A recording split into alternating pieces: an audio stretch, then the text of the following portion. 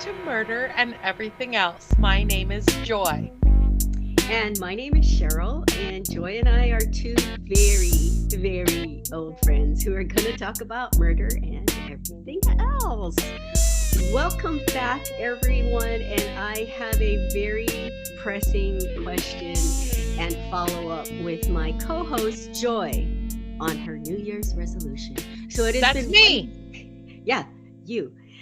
You resolved to for 2024 not to wash your hair every day. So it's been a week and we want to know how that is going. Tell the people. Well, this morning, as I was washing my hair, I realized that at some point I was going to have to bring up my New Year's resolution because I only did it once. Oh And then I no. never did it again. So, all of our listeners out there who heard me go on about the heroin addiction and quitting smoking, obviously, I didn't have any medical intervention with the hair washing, so I only did it once. So maybe what I need is medical intervention because literally the hair, I remember I said I look like I dipped my head in a deep fat fryer.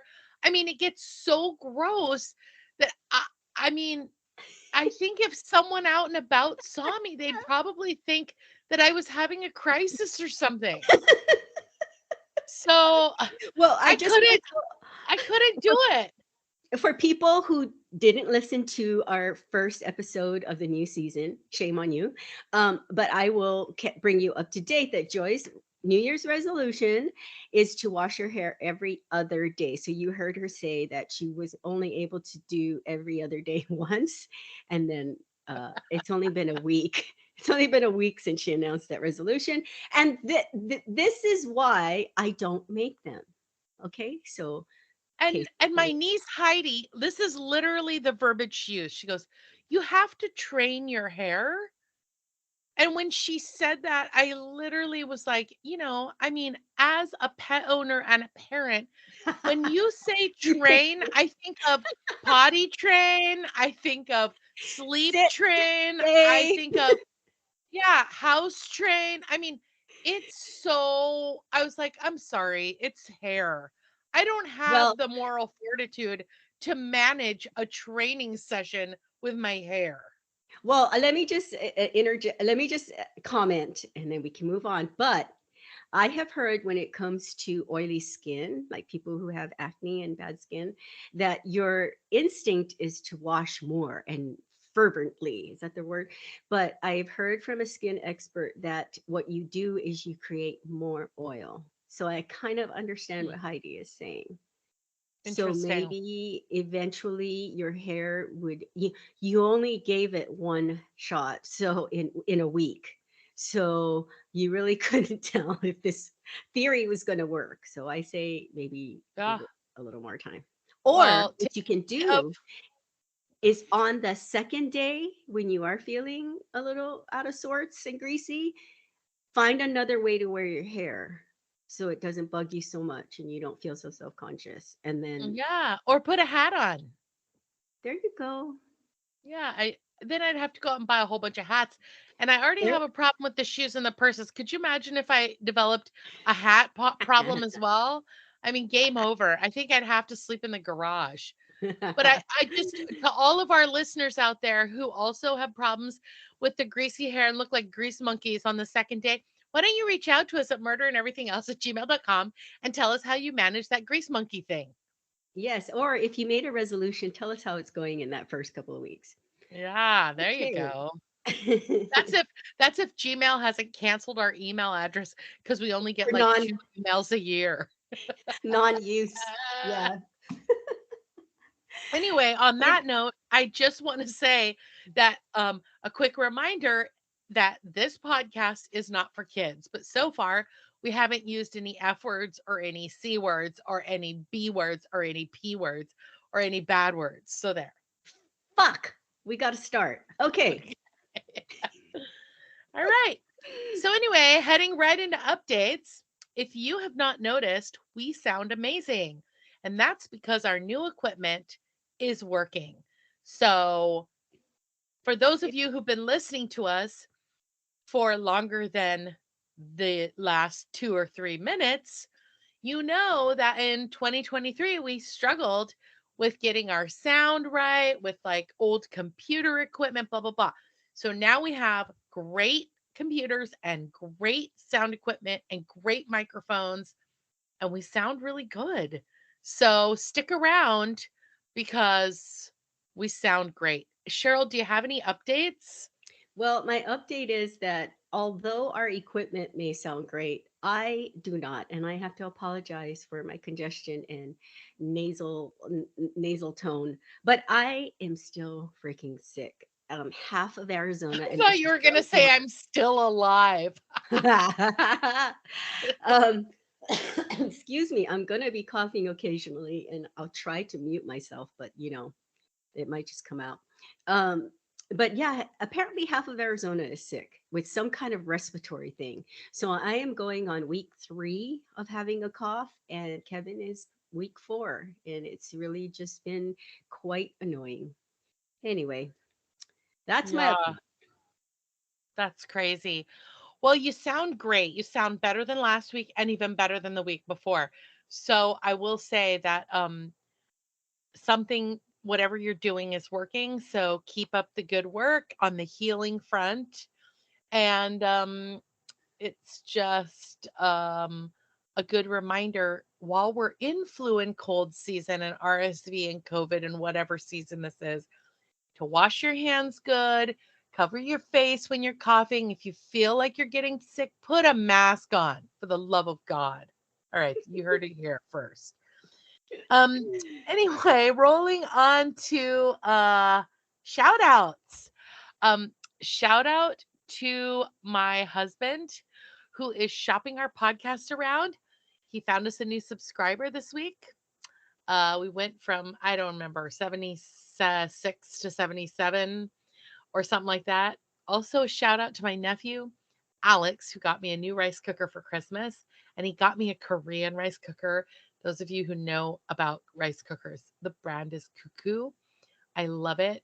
I've always wanted a Cuckoo rice cooker, but I was too frugal, too busy spending my money on shoes and purses to afford the Korean rice cooker. I had a Japanese rice cooker. And what But is the anyone, difference? well, this one talks to me in Korean. Oh, okay. It tells me when the rice is done cooking. Anyway, anyone who knows anything about Koreans and rice cookers, we have more than one rice cooker. We love them more than jewelry because we use them constantly.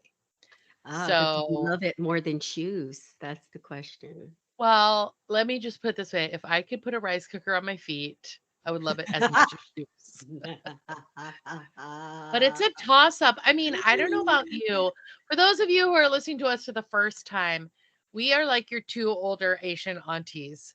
Cheryl is Japanese American and I am Korean American. And um I don't know about you, Cheryl, and but in my house, we have the rice cooker on the counter probably 6 out of 7 days of the week. Yeah, yeah, it was like that at home. My mom would keep rice warm. You eat it like the way Yeah. we have potatoes, we always have rice. So like you can go to a McDonald's in Hawaii and like let's say the breakfast menu, instead of hash browns or potatoes, you can get rice with your Yeah. eggs. And Mhm. I buy my rice at Costco and I always have a lot of rice. And if I get below 10 pounds of rice, I have to You're go and get freaking more out. rice. You're Yeah, yeah. anxiety. Nobody is ever going to come in my house and be like, "What? You don't have any Riceless. rice?" That's never going to happen.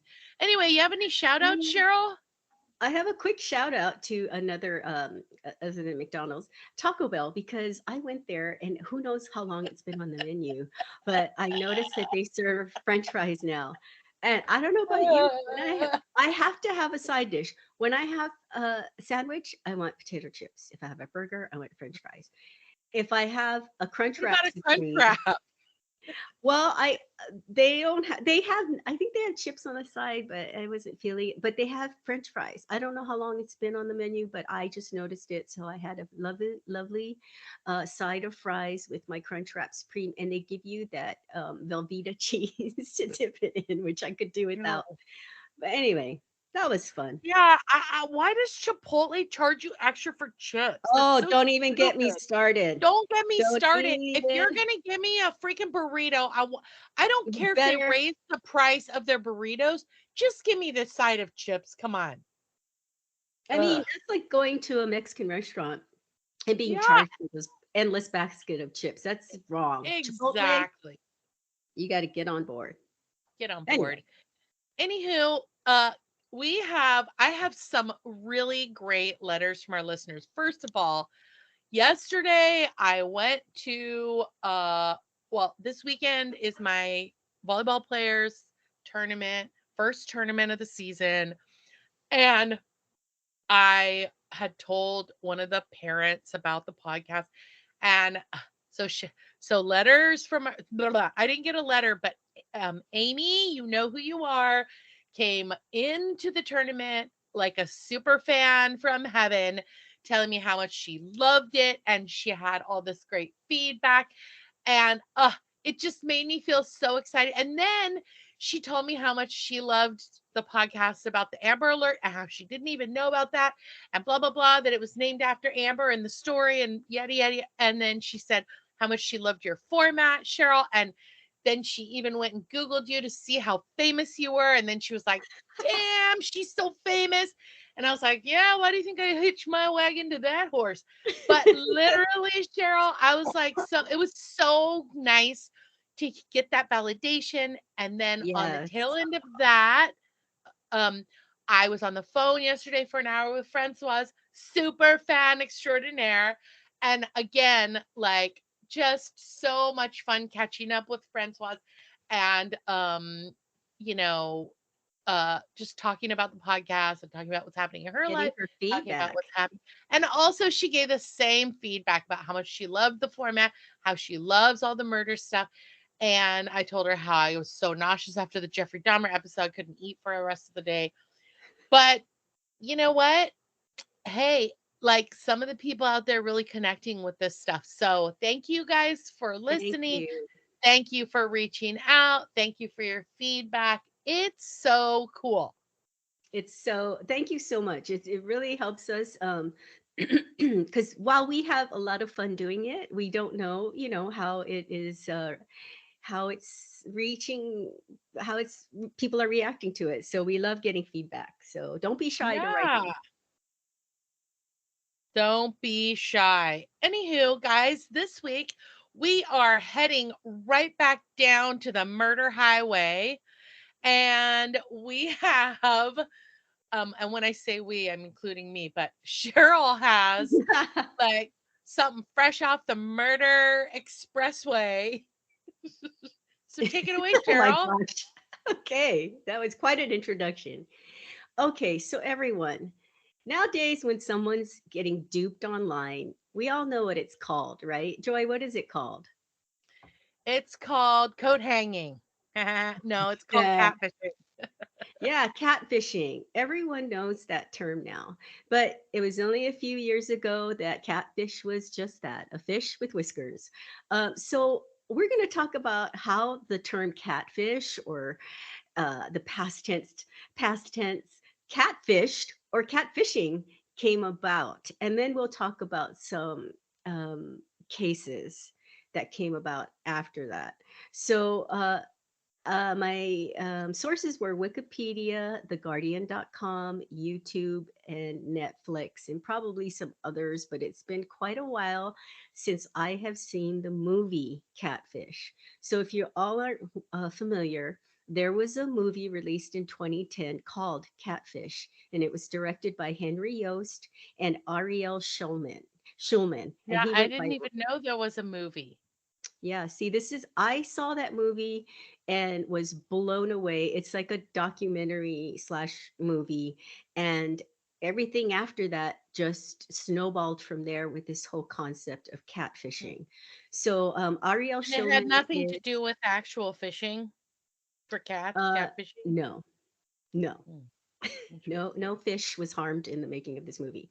But So Ariel, who goes by Rel Schumann, are the directors, filmmakers, and it involves Rel's brother Nev Schulman, and you might recognize that name because he then hosted a TV show called Catfish, the TV show on MTV. Huh. But what happened was in late 2007, Nev Schulman was a photographer and he did mostly dance photography. And then he gets this painting mailed to him from this girl who says her name is Abby Pierce and she's 8 years old. And she takes his photograph and she does a painting of it, and it's pretty good. And so he strikes up this online friendship with her, or through phone calls and correspondence and whatnot. And through this relationship with Abby, he learns that she has a mother named Angela, who's 40, and a sister named Megan, who's 19. Well, he sees pictures. So Abby, shares her life like you would on Facebook with someone, and he sees Megan, Abby's sister, who's this gorgeous, gorgeous blonde, long blonde hair, beautiful, beautiful girl. And he begins an online relationship with Megan as well as Abby. And he even talks to Megan. Okay. So he is falling in love with this girl who he's never seen in person, but he's spoken to her on the phone, or he thinks, and is, communicating online. And so his brother Rel encourages him to continue this relationship to see where it goes, and he decides to film the experience, and it turns into this documentary movie. And I'm telling you, you guys should watch it. It's so incredible. So Megan then says that she's a songwriter, so she shares some MP3 songs with him. But he and his brother Rel, they get like just their spidey senses. They're like, I don't know. I don't remember if they actually recognize the song, but they put it, you know how you can do a search now by like image or whatever. They look for the song and they find it on YouTube, and they find out that she has actually plagiarized. Plagiarize is for writing. What do you call that when you steal a song? Well, anyway, Copyright infringement. yeah, okay. Copyright So infringement. she's stolen the song, all right, and Yeah, yeah. claimed it as her own. So they're like getting, Nev and Rel are, they're starting to question what the hell is going on here. So they find out where Angela and Abby and Megan live, and they make this impromptu visit. And it's really, I mean, it was devastating for Nev to go through all of this. But when you're watching it, you're like, oh my God, this is so exciting. Like they pull up to the house and they're all nervous. They're not PIs, they're not, they're just regular guys. And they know that this story sounds very fishy, pun intended. And so they make a visit to Angela and Abby and Megan's home, or what they think is those three, their home. So when they arrive, Angela, the 40-year-old mother, is very startled. I mean, she is paralyzed because, oh, I guess I should have said this 10 minutes ago, but spoiler alert! Right. I didn't ruin it yet. But if you want to go out and watch it, stop right here. So Angela is very taken aback that they're there in person. And she tells Nev that she's recently begun chemotherapy for uterine cancer, and Nev is trying to call Megan, right? The sister that he's in love with. He's trying to get in touch with her because he's there wanting to see her. Because all this time she's been making up excuses why she can't see him, this and that. And that was a contributing factor to them saying, you know what, this all sounds very fishy. Let's go and just surprise them. So Right. Abby is at a friend's house when he comes and surprises them, and Angela drives Nev and Rel to see Abby herself. And Abby's playing with her friend, and Nev has an opportunity where it was just he and Abby alone, and he mentions something about her paintings, and Abby says, "I don't, I don't really paint." And so Nev's like, huh, where are all these paintings coming from? Uh, Because she's the one, this 8-year-old prodigy who's, you know, supposedly sending him these paintings of his photographs. right. So in the meantime, he gets a message from Megan, the gorgeous sister, and she's like making some excuse about why she can't be there, that she's in rehab or something like that.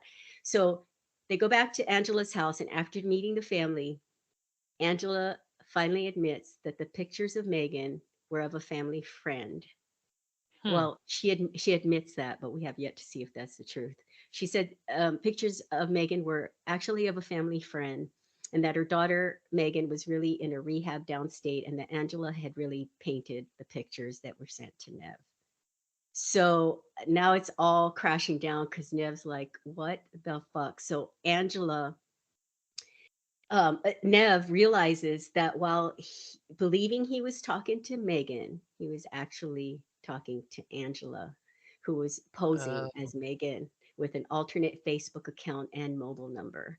So, Wait, I'm just curious though, because a lot of these catfishing schemes, it's also so they can extort money. So was Angela asking Nev for money? nope. So let me continue. So, um, so he and while he's there, it's just it's so awkward. You guys have to watch it. It's so awkward and uncomfortable because he's caught this woman in a big lie, but he Yeah. doesn't know how to respond. Like she's very, you feel a lot of empathy for her. You really do, even though she's done this really bad thing. She strung him along for I don't know how long. And when they would talk on the phone and he thought he was talking to Megan, and get this, there is even a part where they have phone sex or they get really raunchy on the phone. And Oh God. he's Wait, but realizing that this is, yeah, this is not a wait, this is not a 19-year-old beautiful, you know, girl that he was doing this with. It was this very sad 40-year-old woman who needed how attention. old is Nev? I think, you know what, I think he was, I forgot to look that up. I think he was in his 20s, his early 20s. Okay, so I mean, So he's old enough to basically like, be wanting to be in a relationship with somebody who's like the same age as him. yeah, so But he thought Megan was, yeah, but do you think that he has emotionally fallen in love with the person that he's he actually thought. been talking to? Oh yes. Oh yes. He has fallen for her hook, line, and sinker. Yet another fish pun. Um, so so now his world is his So you have such a way with words, Cheryl. You're like a thank you. freaking wordsmith. You're like the Harry Potter of like the English language. So it's Joy, it's so uncomfortable to watch. And you're when you're watching it, you're thinking, oh my God, what would I do? Because Nev is he had fallen in love with Megan. He fell in love with Uh, this woman that he saw a picture of. Angela posed as her, and it's so creepy because they have all of this in the movie. When she talks to Nev on the phone, she uses like this little voice like this. Anyway, uh, so he's standing in this house, realizing that this was all a scam, and yet he's not freaking out and, you know, mad at her and like going belligerent, like, what the fuck? Da, da, da. He's very paralyzed. It's like he doesn't really know how to react because right. he also feels, and you feel it too. I mean, I think you would. I think anybody would feel sorry for her, you know. So he does. So while he's there, Angela asks him to sit for a painting, and it's very uncomfortable. And he's like, okay, you know, and he sits there. She does a painting of him, and as he sits for the drawing, Angela confesses that the various Facebook profiles were all maintained by her, and she had like over 15. And what she would do, because a lot of times when you go and you look at someone, like you accept their friend request or blah blah blah, you go and you look at their friends or family to see as a validation to see that they're real. Well, she had gone so far, her deception went so many levels, that she created so many accounts and made up all these people, like family, extended family, friends, that he thought it was legit, you know. So but she admits that all those profiles were maintained by her, and that through her friendship with Nev, she had reconnected to the world of painting, which had been her passion before she sacrificed her career to marry her husband, Vince. And he had two severely mentally disabled children who required constant care. And so that's the other thing. When you're in the house and they're filming it all, the two boys are sitting at the table and you just see what her life is like, which is she's just sad and lonely, you know? Yeah. And Which doesn't take away from her like complete deception oh of this, no, and her culpability, but what it does is it gives you like a little compassion, I think, for her probably, it right? does. Yeah, it does. And through a conversation with the husband Vince, the siblings had learned that Angela told him falsely that Nev was paying for her paintings. So Uh, Vince was thought that Angela, yeah, that that his wife was being paid for these paintings. Anyway, it comes. so if she's got no money coming in and she's sneaking off at 2 in the morning to have phone sex with some random dude, and then he's all, how much money did you get? I mean, at some point, her story was going to just like be so chock full of holes that it was going to fall apart. I mean, it's like, we talked in the past about people who create this like house of cards of all these lies, and then all the lies start to cave in. Yeah. And it's like, I It, I do feel some compassion for her and her sad, lonely life. But at the same time, it's like, girl, like no one held a gun to your head and said, do you want to be in this relationship with this guy? I know it's just very sad. I mean, and what's even worse is that this has become so commonplace now. Yeah. And while it may have happened back then when they filmed this documentary, this was the catalyst that kicked off the knowledge of catfishing. I'm sure people did this before, but excuse me, because we had Facebook and MySpace and all that stuff, it really just, it just blew up from there. So of It course, catapulted. yeah. So of course, Angela did not have cancer. Like I said, there was no Megan at the downstate rehab facility, and she doesn't know the girl in the pictures. Over the course of their 9-month correspondence, Angela and Nev exchanged more than 1,500 messages. It was revealed later that the girl in the pictures was Amy Gonzalez, a professional model and photographer who lives in Vancouver, Washington, with her husband and two children. And in the movie, they actually get in contact with her, and obviously she agreed to be seen because otherwise she wouldn't have been put in the movie. So she gave consent.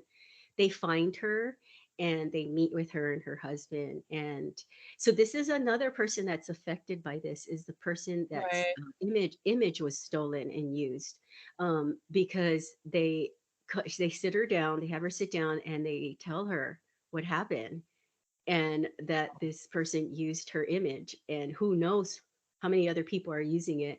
So Right. it was interesting, you're like horrified because I mean she's a professional model, so I mean her image is going to be out there, right? What do you do? Right. um Internet theft is so rampant. hmm yeah, well, it's like that. My favorite line, one of my favorite lines from the movie You've Got Mail: the internet is the end of civilization as we know Civilization it. as we know it. So in October 2008, 2 months after these events, Ronald, one of Vince's twin sons, died. Angela deactivated her 15 other profiles and changed her Facebook profile to a picture of just herself, and now has a website to promote herself as an artist. And Nev is still on Facebook, and he has many, many friends because he's actually kind of a celebrity now. And one of the his Facebook friends is still Angela.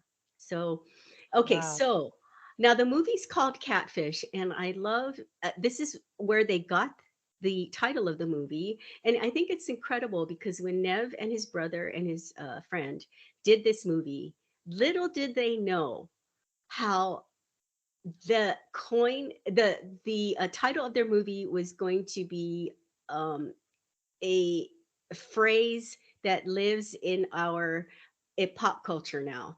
But at the end of the movie, they have Vince, Angela's husband, talking, and he says to Nev, he tells the story about how live cod were shipped along with catfish in the same tanks to keep the cod alive and active and thus ensure the quality of the fish. He further explains this as a metaphor on how there are people in everyone's lives who keep them alert, active, and always thinking.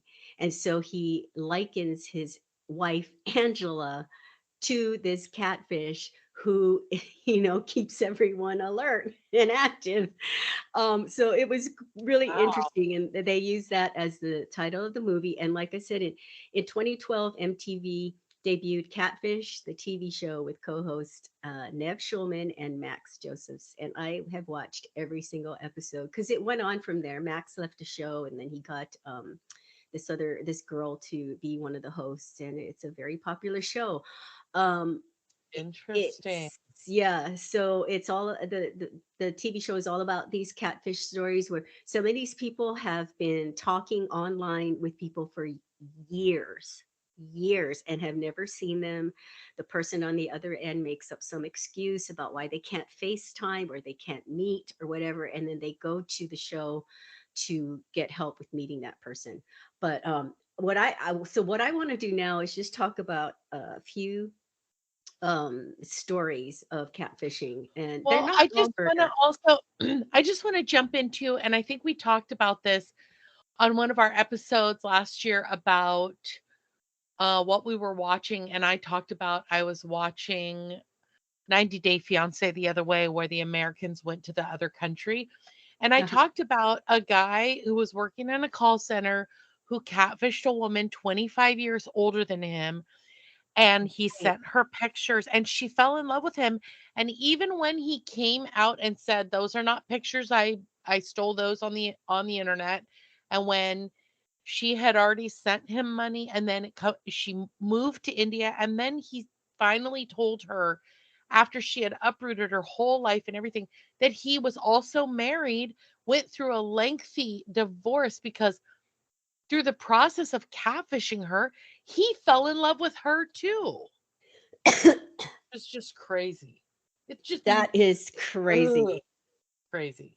Yeah. I mean, So there's did you? no I don't know because I've never been catfished, and hope, I mean, knock on wood, I never will be catfished. But I think it's also, just by nature, I'm a very skeptical person. Mm-hmm. Um, I want to turn over every stone until I've exhausted all of the stones.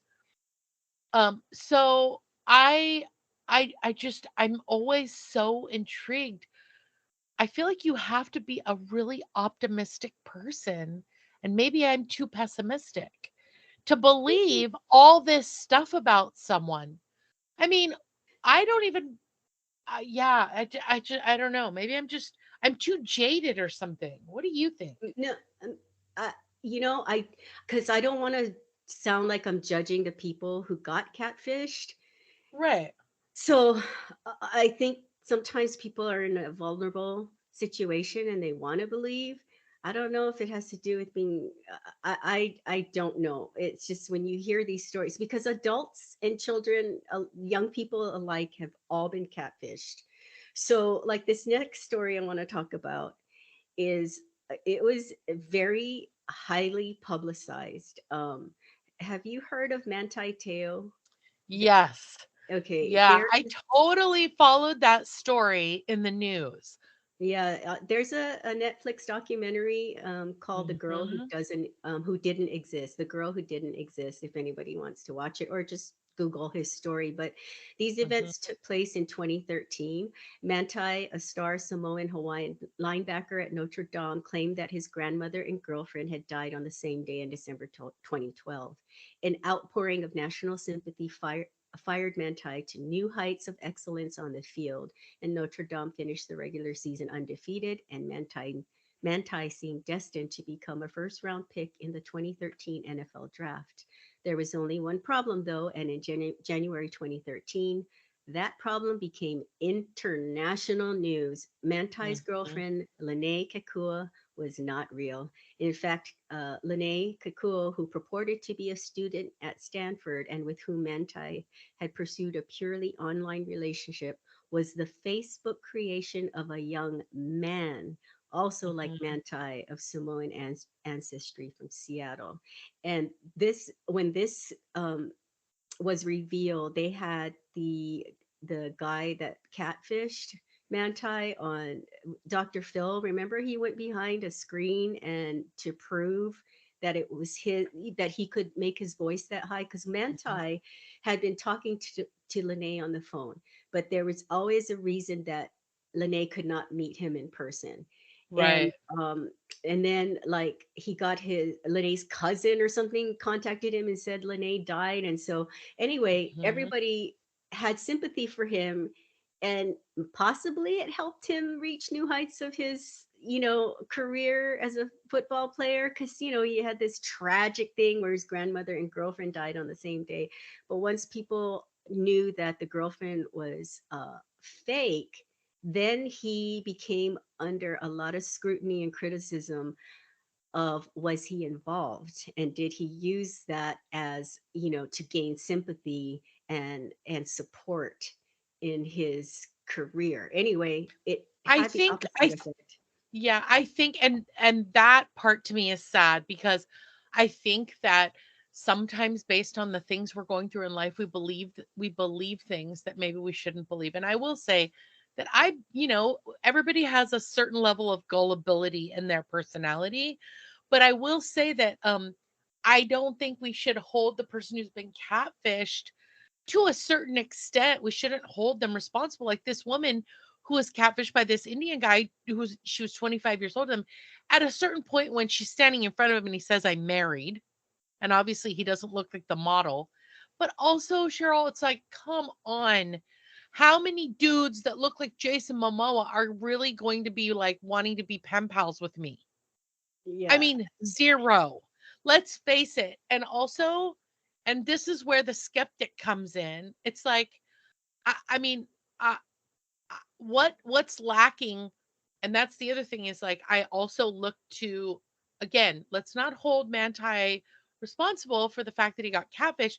Maybe he was vulnerable. Maybe he was so busy he didn't have time to physically connect with this girl. And so the online connection. Also, we have bred an entire generation of kids who don't know how to connect outside of this, you know, this yeah, death of civilization that we have. And the pandemic made that even worse. I remember yeah, going upstairs and one of my kids would have movie night with their friends where they would all meet up on like Zoom and watch a movie together. So they're literally on their computer with their friends on their computers in their rooms, all watching the same movie that they all started at the same time on Netflix. And they're having popcorn and snacks and talking and laughing about the movie. We created that. yeah. We're the ones who gave them the computers and the technology and the phones and the popcorn and the, blah, blah, blah. The popcorn. I'm serious though. It's like, I mean, and now we're like, oh, you're so gullible and dumb. How could you believe her? It's like, well, it's not like we sent them out to bars like you and I had to do. I Yeah, mean, remember, I mean, so we've got this like, these pod people are the pod people of our creation. yeah. I felt really, really sorry for him. Yeah. And the Yeah, other thing is, and now we're going to hold him responsible for being gullible because he was in a vulnerable place and he opened himself up to a fabrication of someone who wasn't real, or a creation of someone's imagination who is like not even a real person that he's connected with emotionally. And imagine the feelings of like just depression and like, oh, I'm so yeah. and feeling stupid and like the self-loathing. It's like I fell in love with someone who doesn't even exist. I mean, I at mean, least when you and I were going to bars, we were falling in love with assholes who did exist. oh my God. Yeah, exactly. And for it to be so publicized, oh my God, I would just be so depressed. And Because guys, if you want a list of the name of those assholes later on, I'll publish that. um yeah, so that was one case. And I think so much he he suffered so much scrutiny because people can't understand. They're like, how could anyone be talking to someone for 2 years and never see them, blah blah blah? But you have to withhold judgment because you never know what you would do if you want to, like, not to say that Nev was shallow, Nev Schulman, going back to the movie Catfish, but I'm sure when he saw the picture of who he thought was Megan, that had a lot to do with how he was going to put aside some of the red flags that came up later. You know what I mean? Because he had this image of her and it was like, I don't want to believe it because she's so gorgeous. And like I said, not to say that he's shallow, but maybe you ignore some of the little that's the little red flags you have. But so at least Manti's story, um, he did not die, was not murdered, but there are more nefarious stories. And we're going to move on to Megan Meyer. Megan Taylor Meyer was born on November 6, 1992, to Tina Meyer and Ronald Meyer in O'Fallon, Missouri. Meyer attended Fort Zumwalt Public Schools, including Pheasant Point Elementary School and Fort Zumwalt West Middle School in nearby O'Fallon, Missouri. Megan befriended the popular girls so that the boys who picked on her would stop. The girls soon then turned on Megan, and the bullying became even worse than before. For eighth grade in 2006, her parents enrolled her at Immaculate Conception Catholic School in Dardenne Prairie.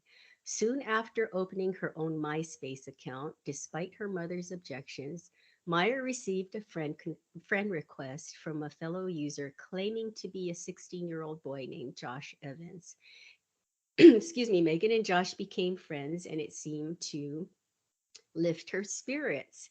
And her parents really liked this because from the third grade in 2001 to 2002, after Megan had told her mother that she wanted to kill herself. Okay, why I'm doing this all backwards, but trigger warning.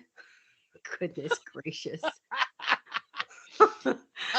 So, Folks, folks out there listening in podcast land, we're please, professionals.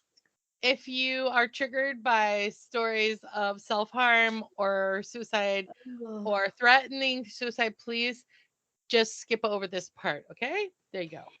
thank you very much. So after I'm she laughing at Cheryl, by the way, not at like the trigger warning. Yeah, me too. I sincerely apologize for not giving that trigger warning first. But after she shared this with her mother, she had been under the care of a psychiatrist, and she had been prescribed citalopram, which is an antidepressant, and it has a possible side effect of increasing suicide risk in young people. And she was given other medications. She was also diagnosed with attention deficit disorder, depression, and self-esteem issues regarding her weight. And that just the whole thing about weight just kills me as a young girl, as a woman. We just focus too much on weight, but I don't want to go off on that tangent. But anyway, so her parents were kind of happy that she found someone to make her happy, which was this 16-year-old boy named Josh Evans that she met on MySpace. Because Uh, as you and I both know, having been 16 once upon a time, nothing makes a girl happier than a and a 16-year-old boy. Yep. Woo! The attention of a cute 16-year-old boy. This is the thing. Of course, Josh Evans' No, profile. no uggos in sight. No, of course, his profile showed this studly dude, which again, it's Jesus. like Nev and Megan's picture. It affects you. It psychologically affects you. On October 16, 2006, though, the tone of Josh's messages changed, and he then said things like, all of a sudden, too, I don't want to be friends with you anymore. You're not a nice person. And more Ooh. messages of this type were sent, and some of Megan's messages were shared with others, and bulletins were posted about her. So she was seeing her conversation with Josh being Uh-oh. posted and shared. Imagine how that I would be upset now as a mature woman to see my conversations with someone out there. She's not even 14. Tina told her mother told her to sign off, and then the mother had gone off to the orthodontist that day. She called she called Megan to ask to find out if she had signed off, and Megan had not, and she was sobbing hysterically. So when her mother got home, she was furious that Megan hadn't signed off, and Megan like flipped out on her and told her, "You're supposed to be my mom. You're supposed to be on my side." And then she ran upstairs. And her father, Ron Meyer, and a neighbor told Megan that everybody in, according to her father, Ron, a neighbor told Megan, everybody in O'Fallon knows who you are. You are a bad person and everybody hates you. Have a shitty rest of your life. The world would be a better place without you. Oh God. Saying this to a girl who has depression, Megan responded saying, "You're the kind of," sorry, I'm going to have to back up. So Josh had said that to Megan, okay, her online boyfriend. And she responded to him saying, "You're the kind of boy a girl would kill herself over." This is incredible. This should not be happening to teenagers.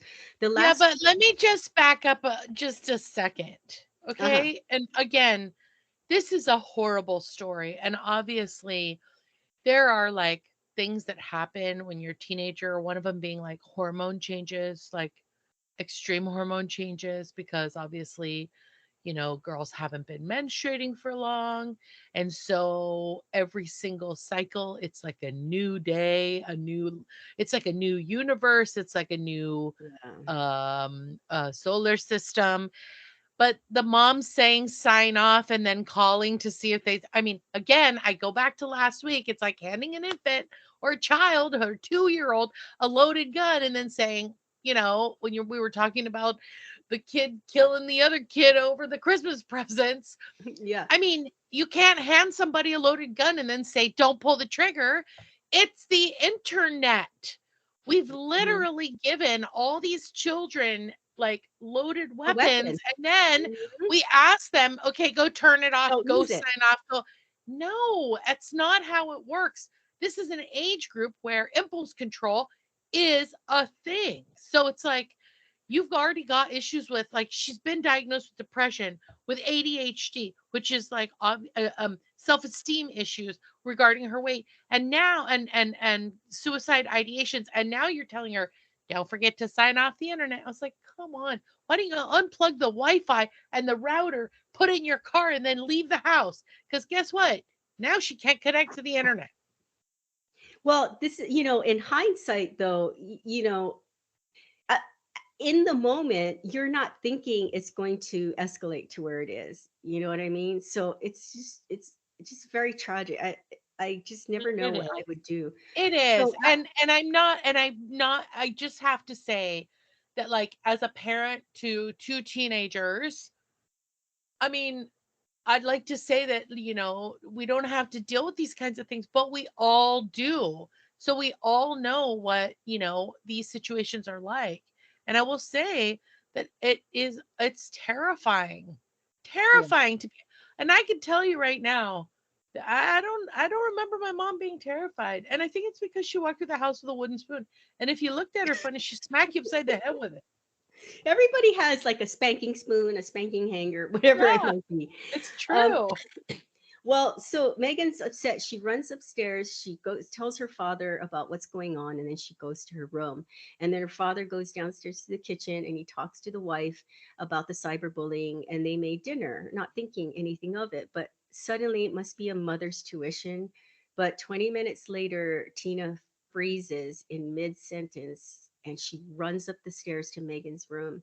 And Megan had hung herself with a belt in the bedroom closet. Ugh. Despite attempts to revive her, Megan was pronounced dead the next day on October 17, 3 weeks before her 14th birthday. She was Mm. 13. Okay, now hang on to your butts, people, because several weeks after her death, Megan's parents find out that the mother of one of Megan's friends, the mother with whom Megan had a falling out. So Megan had a falling out with this girl, and the girl's mother had created the Josh Evans account. This woman, this parent, her name was Lori Drew. She was 40 years old at the time. She created the fake account, admitted that she and her daughter had the password to the account, and characterized the hoax to a reporter as a quote unquote joke. Initially, Lori denied knowing about the offensive messages that were sent to Megan. She said that it was somebody else that wrote it, and she told the police that the account was aimed at gaining Megan's confidence. Listen to how childish this is. She says that she created the account because she wanted to find out what Megan was saying about her daughter. Oh my Great God. parenting 101. Told the neighborhood mother who had told the Myers that Lori was the one that created the account said that she laughed about it. Lori laughed about it and said she just intended to mess with Megan. And she was Oh my very God. flippant about it after, like, it's not her fault that Megan killed herself. And of course, at that time, she could not be held criminally responsible, but she did draw the wrath of the entire neighborhood. They were getting, vandalism to their house and whatnot because people wanted her to be held accountable. The case Mm-hmm. has caused several jurisdictions to enact or to consider legislation prohibiting harassment over the internet. The Board of Aldermen for the city of Dardenne Prairie passed an ordinance on November 22, 2007, in response to the incident. The ordinance prohibits any harassment that utilizes an electronic medium, including the internet, text messaging services, pagers, and similar devices. Violations of the ordinance are treated as misdemeanors with fines of up to $500 and up to 90 days imprisonment. The city of Florissant, Missouri also passed a harassment law with other municipalities, counties, and states considering following suit. The state of Missouri is to revise its harassment laws in response to this case, updating them to cover harassment through computers and mobile phone messaging, and creating a new crime to cover adults 21 and over harassing children under the age of 18. And her mother, So, so did that woman go to prison or something? no, that's why no, Oh God. they could not hold her. Ugh. That's why this story, I mean, I sure hope that she is I mean, talk about karma. karma. I Uh, hope that she has found something in life to maybe help her like move past this because I got to tell you I don't know if I could get out of bed if I were her. the mother, I know. Yeah. It was widely publicized because it was morally horrific, right? Yeah, I mean, it's morally bankrupt. I yeah, mean, that is like I mean, as a parent, I can't even get my head around it. and the fact that, I mean, she's 40 and she has a daughter. Like, this is what you're teaching her. I mean, I know. we could get It's into the weeds, as we say, with this one, but no, she was not held. There was no law to charge her with. God. But it's the same thing. I want to go back to the um, the case with the. I am drawing a blank, but the girl who told the guy who was, in the process of killing himself in the truck, and he got out, and she said, "Get Oh, back in," and yeah. she was Wasn't what held. were their names? Lori and Chad, No. Brian and Karen, Julian Julian Douglas. It's in our first season, everybody. If you want to go back and look at M it, Mike and Cheryl. I have brain fog right now in my head. I can't. I'm trying to Kevin and hold it Cheryl together. Yeah, exactly. playing But game. I don't remember their names. I mean, she was a 40-year-old woman posing as Josh, who tells her the world would be better off without you. This God, 13-year-old girl who had that's depression issues, crazy. and this woman was friends with Megan's parents. So I'm sure she knew about Megan's mental health, you know, situation, right? Yeah. So, I mean, it's just wrong on so many levels. But Tina Meyer, Megan's mother, did start a Megan Meyer Foundation headquartered in Chesterfield, Missouri, and the organization states that it exists to promote awareness, education, and promote positive change to children, parents, and educators in response to the ongoing bullying and cyberbullying in our children's daily life. Bullying is hard enough, and then the internet on top of that. I was bullied in high school, and I cannot imagine how much worse it would have been if we had the internet and I to see God. it see things said about you or whatever. I don't even know how Yeah. I would weather Well, that storm. I have to say I was not bullied in high school. I mean, I shouldn't say that. Everybody was bullied to a certain extent. I didn't, because of the way my mom was and because of my personality. Yeah, there was a kid in my class who called me fat all the time. And so I went and sat on the hood of his car and took a picture and had it put in the yearbook.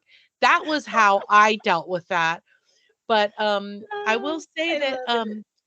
I I don't know if I bullied someone because I thought about bullying and I would always say like, "Oh, I wasn't bullied in school." But then I thought maybe because I What if was I so was severe? impervious to it, maybe somebody thought that I participated in bullying them. I don't know because I felt like I was pretty like we didn't use the word bully. When I was in Right. high school, a It's bully was something someone else. who took your loose pocket change and Your lunch yeah, your money. lunch money. And Yeah. but I think about that sometimes and I think there are so many other ways to bully someone and cyberbullying is, Oh, the latest greatest. it's not even nuanced. Kids will tell other kids to kill themselves. I mean, it's Uh, not, you know what I mean? There's no subtlety involved. There was that other one where the girl got off the bus at school and the kids were yelling out the window to kill herself. And that's exactly what she did. I think But it's so interesting that like last season we got one negative comment on Spotify and I read it like 6 weeks running because I was so excited because I was like, when you get the hate comments, it means you've arrived. And and and yet, obviously for some people those comments would be like a showstopper. exactly, That would yes. ruin their day or their week or their year and they would never want to leave their house again and it would just devastate them. So I also will say that I I think that, you know, I think that the big thing is the the the thing that we keep coming back to, the common denominator is social media. Hmm. It's social and then, you've got all these ways to like respond and snap and, tweet and blah It's blah blah and I am and it's like, I mean the fact of the matter is um none of those things I mean maybe they helped kids during the pandemic because they could reach out to each other, but if you're reaching out and you're bullying somebody, then are they really tools? It seems more like they're uh the killing civilization as we know it, like we said hmm earlier. no, and that movie came out when? In the 90s? That movie I think came out like 2001 or some shit like Yeah, that. because the internet, when we were working together, it was like 1998. yeah, it was the late 1998. 90s. Oh And my I god. remember even we were way ahead of all of this. And when I heard that line in that movie, even back then, I was like, that is so true, or that's Yep, going to it's be true. so true. And now we are out of control, out of control. So I'm going to quickly say this Well, next speak story. for yourself. I'm totally in control. Okay. Not everyone has your constitution, Joy, to go sit on someone's car because they said something about you. Uh, and after when he saw the picture, he goes, "Is that my car? Is that my car?" And he ran out to his car and he comes back and he goes, "You're lucky you didn't dent the hood of my car." And I Oh go, my God. I looked at him, I was like, "Trust me, I tried." I was like, "I tried." Then you kicked him in the nuts. Okay, I so wish. I'm just gonna talk. So we had Manti Teo. Well, first we had Nev, right, who spawned this whole catfishing thing. Manti Teo, who had his career ruined, and Megan Meyer, who unfortunately found that was the only way she could get out of it was to kill herself. And now I'm just going to talk briefly because we have a lot of these too. So, a former Virginia police officer murdered a teenager's family in Riverside, California after catfishing her online. He was killed in a shootout while trying to flee authorities. The ex-cop was identified as Austin Lee Edwards, 28, of North Chesterfield, Virginia. Detectives said they believe Edwards had met the teen through catfishing. Officers with the Riverside Police were dispatched to check the welfare of a young female who appeared distressed while getting into a red car with him, the police said. And while the officers were responding, 911 dispatchers began getting calls about a fire in the very same neighborhood, just a few houses away from where the well, the welfare check originated. Wow, that's a mouthful. Firefighters discovered three adult victims lying in the front entry of the burning home, and when they pulled them outside, it was determined they were victims of an apparent homicide. A preliminary investigation determined the young female, and they don't give any information about her because she's probably underage. She's a minor.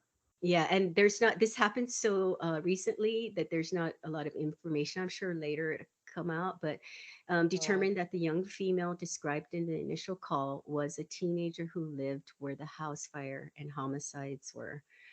According to police, Edwards had developed an online relationship with the teen and obtained her personal information. Another thing you can get online. He then traveled from Virginia to Riverside, where he parked his vehicle in a neighbor's driveway and walked to the teen's home. And thank God for observant neighbors because they are the ones that called in. At some point, authorities believe Edwards murdered the teen's grandmother, grandfather, and mother before walking back oh to my his vehicle with the God. teen and leaving. Several hours after bodies were found, Edwards was spotted driving with the teen through San Bernardino County. Edwards exchanged gunfire, like I said earlier, with the San Bernardino County Sheriff's deputies attempting to stop him, and he was shot by deputies and was later pronounced dead at the scene. The teen, thankfully, was unharmed and later placed into protective custody of the Riverside County Department of Public Social Services. Unfortunately, though, her grandfather, Mark Weineck, 69, her grandmother, Sherry Weineck, 65, and her mother, Brooke Weineck, 38, were killed. And the exact cause and God. manner of their deaths are still pending. So, what I find so troubling, obviously, other than the obvious, is that your teen could be in their room right now, starting off this chain of events. This poor couple and their daughter, this grandparents and her mother are now gone. They are Yeah, gone. They are dead. It is, and this is just a smidgen of the shit that is going on in this world with the catfishing. It is happening all over, all day. And you are lucky if you have fallen for a catfish to get away unscathed. Um, right.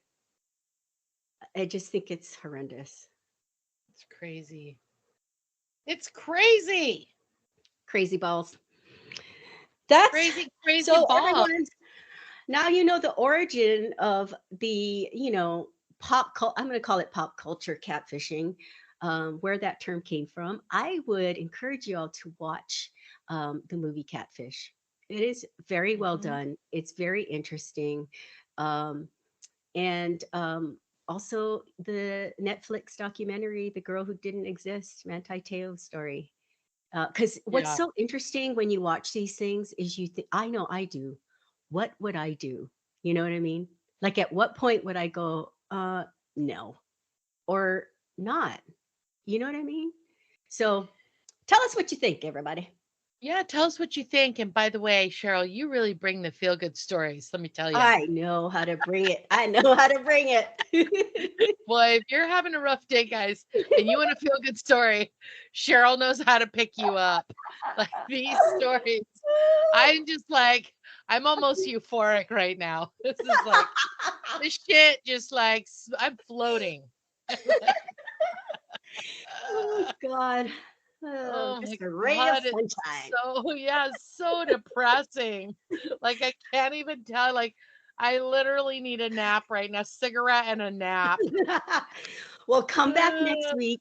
Next week will not be murder. Next week will be much more lighthearted. oh Heart. my God. Wow. So if, yeah, if you've been involved in a catfish or you know somebody, definitely we want to know about it. I mean, Definitely. we're not going to make you come on the podcast unless you really, really want Unless to, you but want we would, to. we would love to hear about it. But anyway, Cheryl, you brought the murder today. And while all of these were big crimes, you know what else is a crime? What's that, Joy? That we are out of time. Oh, we are. That is a crime. Well, thank you so much for listening, everyone. And please, please don't complicate your day. All creativity, commentary, and opinions in this podcast belong to Cheryl and Joy. Music composed and mixed by Gabe McKeon. Logo and merch created and managed by Kevin Callan. Podcast editing and advertising by Joy McKeon. Legal representation provided by John Bojezek. Please like, subscribe, follow, and listen. You can listen to us on Spotify or wherever you get your podcasts. And remember, you can find us on Instagram and YouTube, and you can email us at murderandeverythingelse@gmail.com. Bye, fishes.